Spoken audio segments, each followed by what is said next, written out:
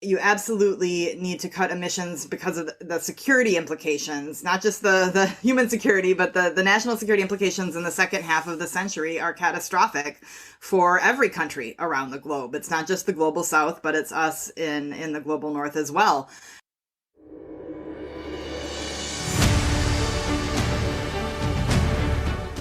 Hi everyone, and welcome to another edition of Backstory. I'm Dana Lewis.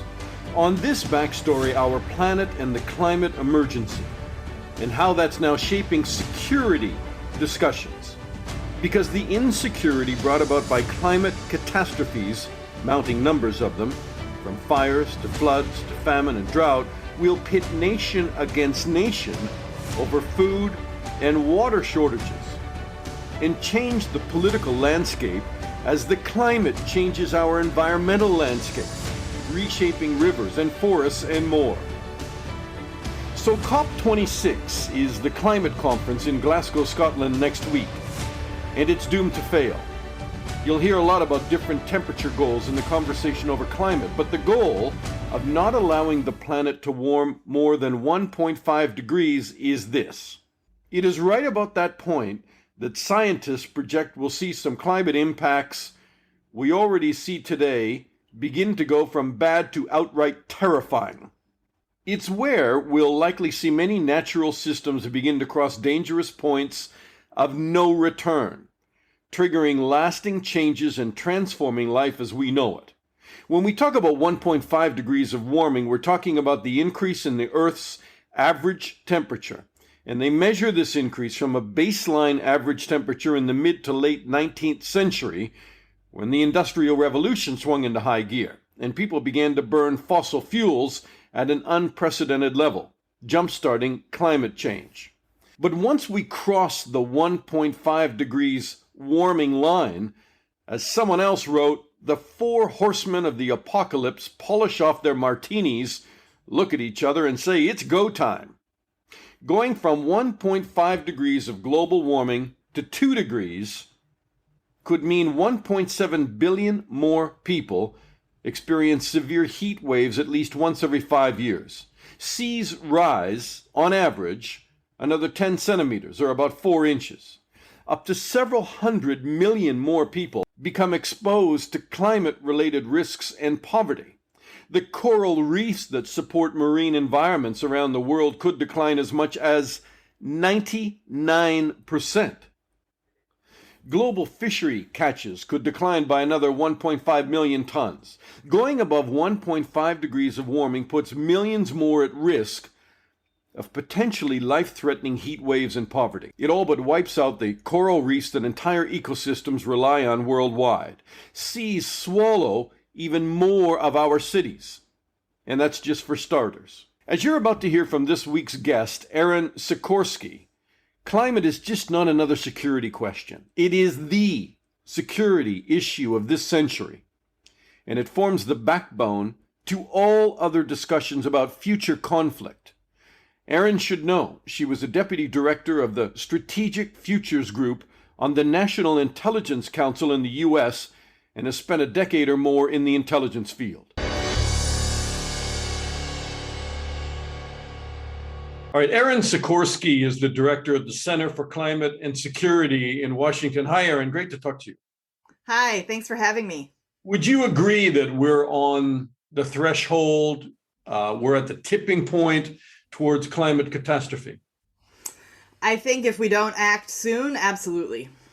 So you're in Washington, where climate change continues to be politicized and where there is a huge amount of climate denial. I mean, bring us up to date kind of on your take on where America is, because a lot of people looking to the U.S. to be a leader in dealing with climate change, but there's a lot of division politically over whether there even is global warming on the Republican side. Sure, although I'll say there was a new poll that was just released this week of the American public, and a large majority of Americans do agree that climate change is real and that it's a concern, and they're seeing it in their backyard, frankly, all over the country more and more every day. And I think the debate in Congress right now is showing that there's been a shift over the past few years of a debate between is climate real or not to, okay, what do we do about it, which is a healthier debate to have. And when you bring the national security lens to the conversation, there's actually even more agreement. And there has been bipartisan action on climate security over the past few years. So from my perspective, I think that's a good place to continue to push this issue with both Republicans and Democrats, because it absolutely poses a national security threat and threatens American lives. It seems to me that in Europe, the discussion is more advanced in that Europeans absolutely believe that climate change is taking place. It's a threat to the planet, and they are in the street. I mean, some of the protests, even today, around London on the M25, one of the biggest transportation rings here, protesters are out blocking traffic and traffic backed up for hours. I mean, so it's much more proactive here. Yeah, I think, though, you're seeing that activism in the U.S. as well. I believe in New York City earlier this week, they blocked one of the bridges going into the city. So there is activism. And I do think also that the Biden administration has really put climate change front and center into its foreign policy. And you just saw last week the release of a bunch of new reports about why climate change is such a critical security issue for the United States. So I think there absolutely is movement here as well. And yet the conversation, despite, I mean, it's you said last week, and then this week we have another UN report which says that the promised cut in emissions are not yet enough to stay under the dangerous threshold of global heating that would trigger a severe climate breakdown. This, like right on the eve of COP26, the climate conference that's going to take place in Glasgow. It seems week by week we're having these startling reports, and yet we don't seem to see that translate into real significant political action. Because if it's not significant, if it's 2.5 degrees versus 1.5, that can be the difference between melting ice sheets all over the world and a global catastrophe. No, you're absolutely right that we're in an urgent moment, and the work that we have done at the Center for Climate and Security has attempted to show, right, that you absolutely need to cut emissions because of the security implications, not just the human security, but the national security implications in the second half of the century are catastrophic for every country around the globe. It's not just the global south, but it's us in the global north as well. And so we've absolutely been pushing that work and that message. I think at the same time, there's a recognition that even if you cut all emissions tomorrow, there are baked in changes to the climate that are also going to pose security threats in the more near term. And we have to manage those as well. Let's talk about the climate security risks, because that's your specialty, right? And forgive me for walking into that a bit slowly, but I wanted to understand, as an American, and how you feel that the U.S. is approaching the debate. But in October, I see that you spoke to President Biden's Council of Advisors on Science and Technology, climate security risks. And I think the most striking thing that I saw from watching that, I wish, as a journalist, I've always wanted to be a fly in the wall in some of those discussions. And because of YouTube, I got to watch all of that. So thank you for putting that up. And I thought it was really interesting that you, if I can take away the main point for me from that discussion, and we can walk through it a bit, is that you no longer say, yeah. There's a lot of different security things you have to look at around the world in terms of risks, and climate is one of them. And your point is, climate is all of them. And it has to be the main backdrop going forward for all of those security risk conversations for any country.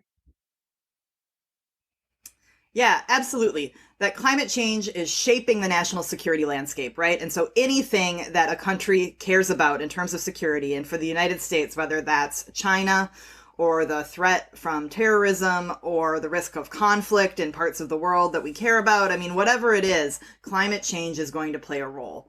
And so that's why it's so important that the national security community can bring that climate lens to the discussion and understand the role climate change plays. Because if you don't, you're going to miss things. And I think China is a key example of that. If you don't understand, right, that China itself will face climate security risks with rising sea levels along its coast where it has millions of people, desertification in some of its agricultural lands, the changing patterns of fishing stocks due to warming oceans, extreme weather events, which we're seeing right now in parts of the country where they produce energy. If you don't understand that on the US side and how that shapes Chinese decision making, how that shapes Chinese foreign policy and behavior, you're not going to get the questions right about competing with China. And so I think... And then you made the point even in the United States about how even in the last year, and you can give me a couple of examples of it, how the US military has been directly impacted in terms of training, deployment, its military bases by climate. Yeah, absolutely. So the U.S. military bases on the Gulf Coast have sustained billions of dollars of damage due to strengthened hurricanes because of climate change. Or you look at California, and the wildfires there in recent years have forced the evacuation of military bases, have curtailed training days because of poor air quality, as well as, troops being diverted to help fight fires in California and not train for other missions. And so all of that poses a security risk to the U.S. as well, and is one that I would argue that in that case, I think the Defense Department recognizes that risk and threat and has developed a climate adaptation plan, which they released a few weeks ago to address some of those risks. But as we were discussing earlier, adaptation only gets you so far, right? Adaptation only gets you so far. And you really need to also be able to walk and chew gum and focus on mitigation as well. So give me some examples in your kind of scope of studies where you think that future conflicts will revolve around some of the issues of climate change, whether it be migration, flood, famine, lack of water, fires, I guess all of those. Yeah, I mean, honestly, you can take the globe and spin it and put your finger down, and you can probably describe a climate security risk going forward. But a few places I'm particularly concerned about. One is, of course, the Middle East and the Levant, where you have rising temperatures, you have concerns about water in rivers there that are shared between countries. And you look at what happened this summer in Iran, in Iraq, in Lebanon, where protesters hit the streets because, in part, due to climate change, right? Drought and temperature rise, combining with poor governance and corruption and mismanagement of natural resources, led to water shortages, to energy shortages. And so I think it's that layering, right, effect of climate shocks on top of already challenging issues that could spark further conflict. I'm also worried about South Asia and the shared river basins between India and China and India and Pakistan. And as, those rivers, shared rivers start up in the Himalayan basin in China, and as climate change reshapes the water flow of those rivers, but you also have Chinese dam building, you have low trust relationships between all those three countries who are all nuclear armed, right? I think there's real... No small point, by the way. Yeah, I think it's a really combustible mix. And without better data sharing or ways of communicating between the countries about the rivers and the shared basins there, I think that's a potential flashpoint that I'm worried about as well. You made a pretty interesting point on Turkey and Algeria, that in cases where you had unrest from climate, in fact, they pointed the finger in different directions to divert blame away from climate management to something else. Yeah, absolutely. And I think you're going to see more of this as states are strained, right, by the response to climate change. So in Turkey and Algeria, you had the wildfires this summer, and in Turkey, you had the government blaming the Kurds for the fires. In Algeria, you had the government blaming quote unquote terrorist groups from Israel and Morocco. And I think operating in an era of dis and misinformation as well online, I think that just adds, again, if I can use a terrible metaphor, fuel to the fire, right? And can create more instability and tension. And these shocks, as we know from the science, are going to come more frequently and more intensely than ever before. And states that are already suffering due to COVID issues or other challenges just won't be able to meet it. Another example there I would point to is actually in Greece this summer, and this wasn't the government, but it was misinformation circulating online that the fires there were started by Afghan refugees. And so you have this mix then of the migration issue and climate issues and governance issues all coming together in a dangerous way. And then you also have talked about, when you were asked about risk of response, which I thought was quite interesting, because if you have to respond to global warming, but there are risks in how you do so, because if you suddenly cut off coal and gas and oil prices collapse, states that rely on fossil fuels suddenly become very unstable. Yeah, exactly. I mean, you need to think through, right, the energy transition and what some of those risks are there. I think the good news is we can use predictive capabilities and pre-planning to get ahead of some of those risks, right?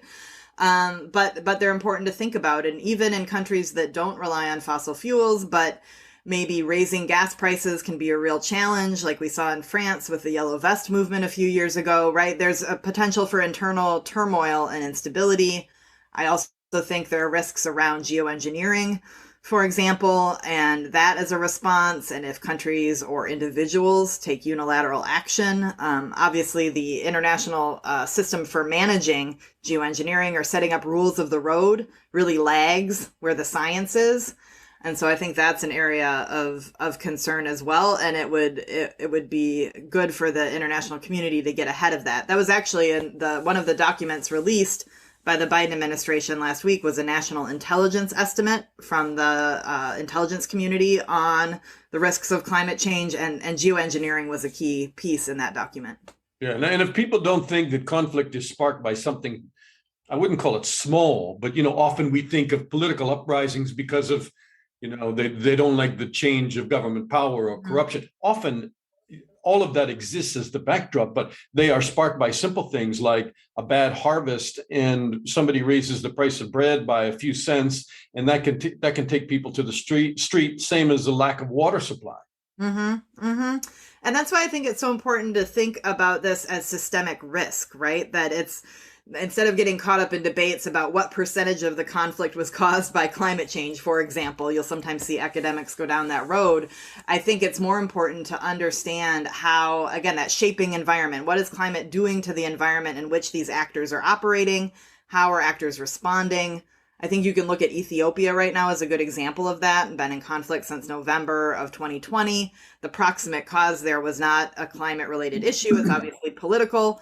But when you look at what climate has done to that country over the past 20 years, changing rainfall, higher temperatures, destroying agriculture, obviously the environment is it lacks resilience.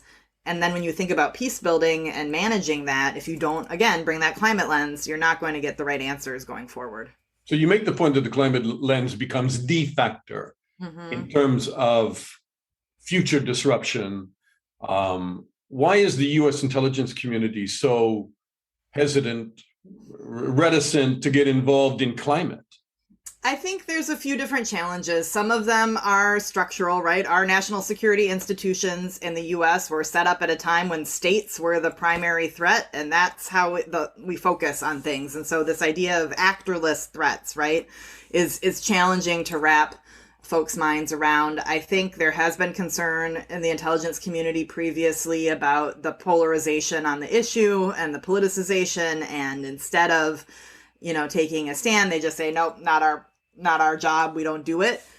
And I also think it doesn't tend to have scientific backgrounds or data-rich backgrounds, and so their ability to bring that climate understanding to the conversation is hard. I think that's changing now, and I think the Biden administration has put a priority on changing that, but it takes time. And I think one of the challenges has been with his ambitious climate, foreign policy and security plans is the bench in the federal government has been relatively thin of a climate strong national security workforce. But again, I think that's changing, and that's some work we're doing to try and change that, because I think you have to bridge that gap between the scientists and the national security community and make sure they're communicating and working together on this critical issue. I'm from Canada, so I like your analogy to a thin bench. Hopefully you're referring to hockey.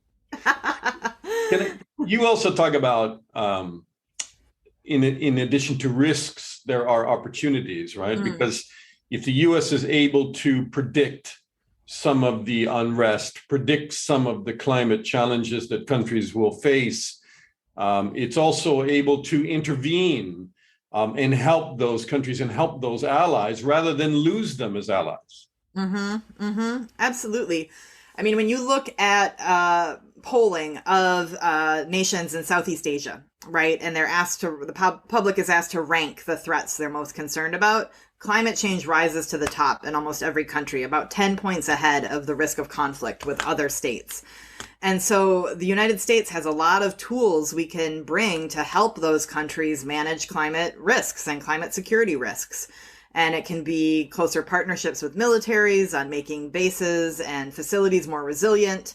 It can be helping with humanitarian assistance and disaster relief missions, which are only the demand for those is going to increase due to climate change. It can be helping with energy technologies. All of these things that the U.S. can bring to the table that those countries really need, I think then can help make sure that they're there with us when other challenges arise, right? If they're too consumed by managing climate risks internally, they're not going to be there when we need them. And so I think that's really important and something we bring to the table. As the climate becomes more fragile, it's ripe for exploitation, and there are issues raised by your organization and others about environmental terrorism. Can you just walk me through that? Sure, I think, and it's by non-state actors, some of it. Yeah, I mean, one area of concern is that violent extremist groups can take advantage of the strain on governments due to climate for recruitment, right, and for taking action. I think there's also concerns that U.S. adversaries and could be state actors are trying to take advantage in places like the Arctic and elsewhere and operate in the gray zone, if you will, to take action and push. I think also to push misinformation to further the political divide in the United States on these issues. Sounds like you just talked about Russia on two different points there. Yes, I did. And so I think that's all an area of concern. I think also competing over access to rare earth minerals, right? That things you need for the energy transition as well as another potential flashpoint. So all of these pieces together, but you've seen, especially with violent extremist groups, when water issues or food issues come up in countries, you see this in Somalia with Al-Shabaab, where they try to take advantage and use it to their advantage and try to control territory. So if we can kind of come back to COP26, are you deeply concerned, like so many others, that they really, probably are not doomed to fail, but probably fall short of where they need to be, and that further feeds, international security concerns everywhere? I think if they don't raise ambitions high enough and take strong enough action, absolutely the international security landscape is affected. I am generally a hopeful person, and I have seen some progress from some countries that makes me hopeful, but they got to get it done, right? There's no time to waste. And I think beyond even just cutting emissions, it's also making sure they're helping the countries that are going to face the brunt of these effects sooner rather than later, and climate finance has to be a key piece of it. Right on the tail, not on the tail because we're still in a pandemic, but right in the middle of, everybody struggling economically in a pandemic as well. It's a perfect storm. Right. And we need to do that on the climate finance, not just because it's the right thing to do, but because it has security implications if we don't. Right. For all the reasons we just talked about, if these governments can't manage these challenges, they don't have help in building better resilience, it's going to affect all of us and affect all of us negatively. But it is already politicized to the point that you don't have China coming and Russia coming. And if you don't have the big players at the table, where does that leave the discussion? Yeah, I think it's a challenge. I think the thing I am going to focus on is what those countries actually commit to doing, whether they're at COP or not, and that's I think that's the big focus. But I think the pressure is building on the security front in a way that I frankly would have been surprised to see just a few years ago. The Russian national security strategy that was released this summer mentioned climate change 9 times. And so I think in those countries as well, there is a push from the security community to say, look, this represents a risk to us. I don't know if that's going to be enough to push them fast enough and far enough, but I think it is helping. I hope. Erin Sikorsky, the Center for Climate and Security. Erin, you have a huge background in security issues and climate, and it really is a pleasure to talk to you. And thank you. I mean, the time with you is golden, and I appreciate it. Thank you. Oh, no, thank you so much. I really enjoyed the conversation. And that's our backstory on climate and security. COP26 will fail to get nations to agree to limit global warming to a reasonable target. We are probably already past the point of no return on climate. Experts have come to the conclusion the coming years will be challenging. The second half of this century could be cataclysmic. This is 99.9% of the best scientific minds in consensus over global warming. I won't even mention the dissenters because it's not science, and it detracts from what we already know about the climate, and none of it is good. I'm Dana Lewis. Thanks for listening to Backstory, and I'll talk to you again soon.